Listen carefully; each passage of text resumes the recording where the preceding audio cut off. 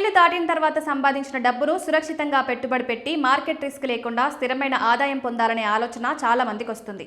Stock market, mutual funds వంటి మార్గాలు లాభదాయకమైనవే అయినా అవి రిస్క్తో కూడుకున్నవే.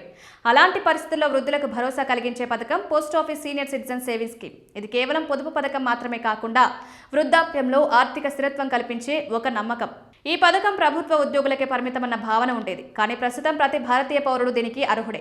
60 ఏళ్లు నిండిన ఎవరైనా ఈ ఖాతా తెరవచ్చు. స్వచ్ఛంద పదవీ విరమణ పొందిన వారు 55 ఏళ్ల తర్వాత ఈ స్కీమ్లో చేరొచ్చు. రిటైర్మెంట్ బెనిఫిట్స్ అందిన 1 నెలలోపే పెట్టుబడి పెట్టాలి. డిఫెన్స్ సేవల నుంచి రిటైర్ అయిన వారు 50 ఏళ్ల వయసు నుంచే ఈ పథకానికి అర్హులు. పెట్టుబడి పరిమితులు, వడ్డీ ఈ పథకం ప్రైవేట్ బ్యాంకుల ఫిక్స్డ్ డిపాజిట్లతో పోలిస్తే ఎక్కువ భద్రత, మెరుగైన రాబడిని అందిస్తుంది. కనిష్ట పెట్టుబడి 1000 రూపాయలు.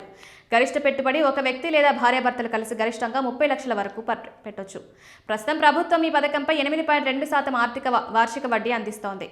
వడ్డీ చెల్లింపు విధానం మొత్తాన్ని ప్రతి 3 నెలలకు ఒకసారి నేరుగా మీ సేవింగ్స్ ఖాతాలో జమ చేస్తారు. దీంతో పెన్షన్ లాంటి రెగ్యులర్ ఆదాయం లభించి నెలవారీ ఖర్చులకు ఎంతో ఉపయోగపడుతుంది. ఈ స్కీమ్ ప్రాథమిక కాలపరిమితి 5 ఏళ్లు. మెచ్యూరిటీ పూర్తయిన తర్వాత ఖాతాదారుడు కోరుకుంటే మరో 3 ఏళ్ల పాటు పొడిగించుకునే అవకాశం ఉంది. సెక్షన్ 80C కింద ఈ పథకంలో పెట్టుబడి సంవత్సరానికి 1.5 లక్షల వరకు పన్ను మినహాయింపు పొందవచ్చు. ఆర్థిక సంవత్సరంలో వడ్డీ ఆదాయం 50,000 దాటితే TDS కట్ అవుతుంది. మీ మొత్తం ఆదాయం పన్ను పరిధిలోకి రాకపోతే ఫామ్ 15H సమర్పించడం ద్వారా TDS నుంచి మినహాయింపు పొందవచ్చు.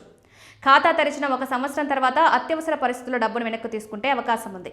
అయితే ఇందుకు స్వల్పంగా పెనాల్టీ వర్తిస్తుంది. మొత్తంగా చూస్తే మార్కెట్ ఊగిసలాటల భయం లేకుండా స్థిరమైన ఆదాయం కావాలనుకునే వారికి ఈ పథకం ఒక సురక్షితమైన, నమ్మకమైన పెట్టుబడి మార్గం. ఆర్థిక భద్రతతో పాటు మనశ్శాంతిని అందించే పథకంగా ఇది నిలుస్తోంది.